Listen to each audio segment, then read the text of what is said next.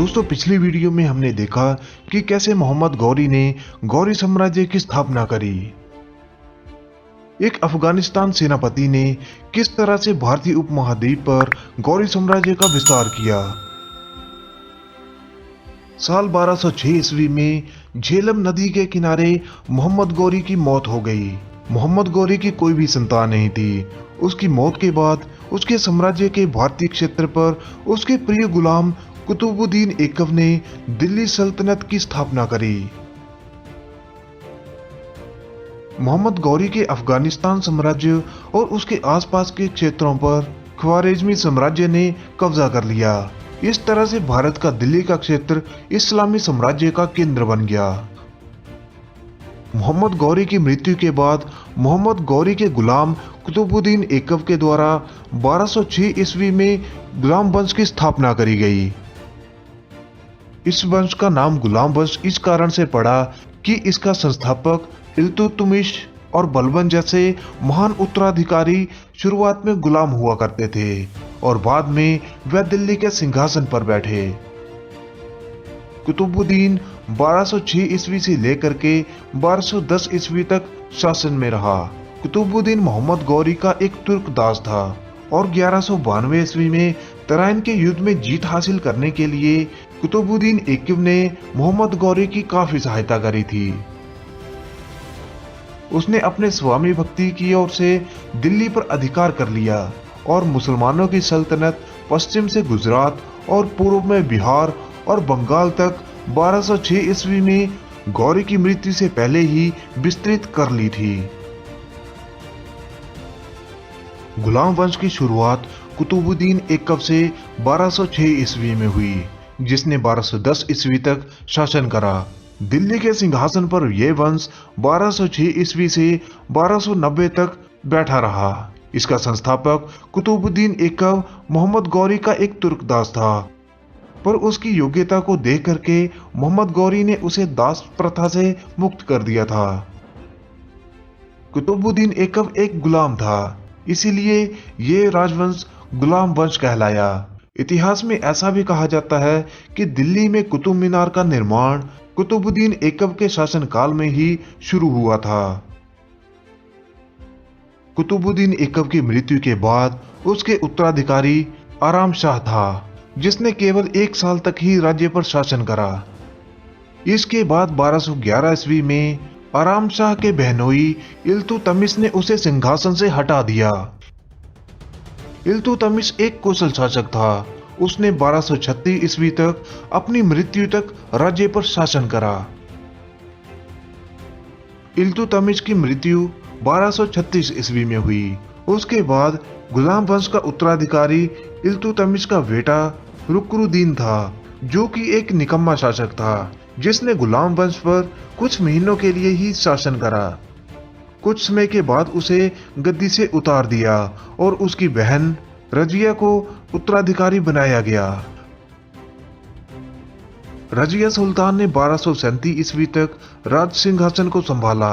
रजिया एक अच्छी शासक सिद्ध हुई, किंतु स्त्री होने के कारण उसे काफी विरोध का सामना करना पड़ा और लगभग 3 वर्षों के शासन के बाद 1240 ईस्वी में उसे भी गद्दी से उतार दिया गया। 1240 ईस्वी में रजिया का भाई बहराम गुलाम वंश का शासक बना, जिसने 1242 ईस्वी तक राज्य पर शासन करा, लेकिन 2 वर्षों के बाद ही उसकी हत्या कर दी गई। उसके बाद इल्तुतमिश का पुत्र मसूद शाह वहां का उत्तराधिकारी बना, किंतु वह इतना अत्याचारी था कि उसे 1246 ईस्वी में गद्दी से उतार करके इल्तुतमिश के अन्य पुत्र नसीरुद्दीन को शासक बनाया गया। सुल्तान नसीरुद्दीन एक अच्छा शासक सिद्ध हुआ।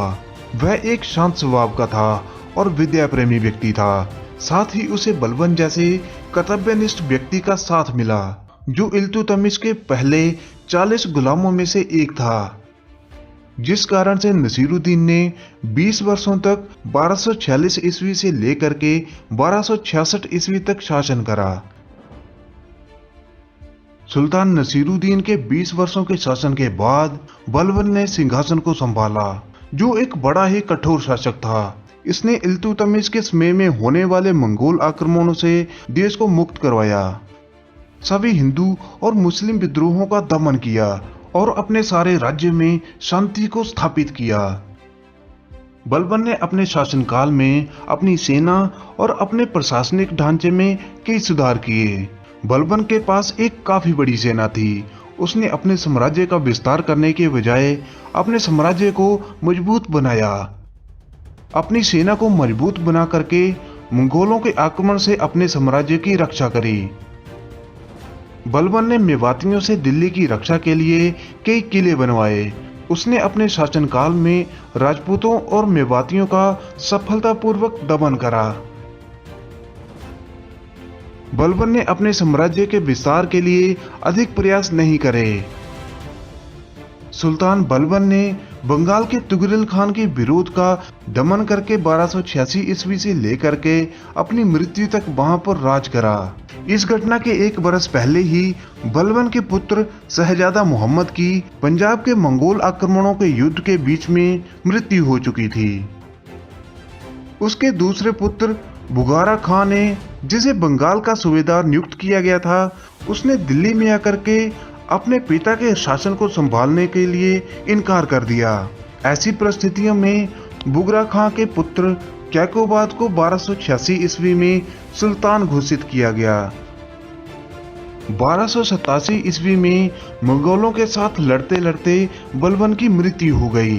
बलबन ने अपने पुत्र कैखुसरो को वहां का उत्तराधिकारी नियुक्त किया, किंतु वह इतना शराबी निकला कि उसने दरबार के अमीरों के विरुद्ध विद्रोह कर दिया और 1290 ईस्वी में उसका वध कर डाला।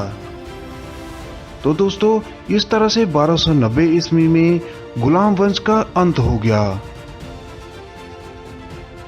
भारत के दिल्ली में स्थित कुतुब मीनार का निर्माण गुलाम वंश के शासनकाल में ही हुआ था, जो आज भारत में एक दार्शनिक स्थल बना हुआ है।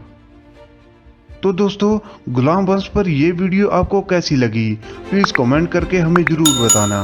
अगर आपको ये वीडियो पसंद आती है तो इस वीडियो को लाइक करें और इतिहास के बारे में और अधिक वीडियो देखने के लिए इस चैनल को जरूर सब्सक्राइब करें।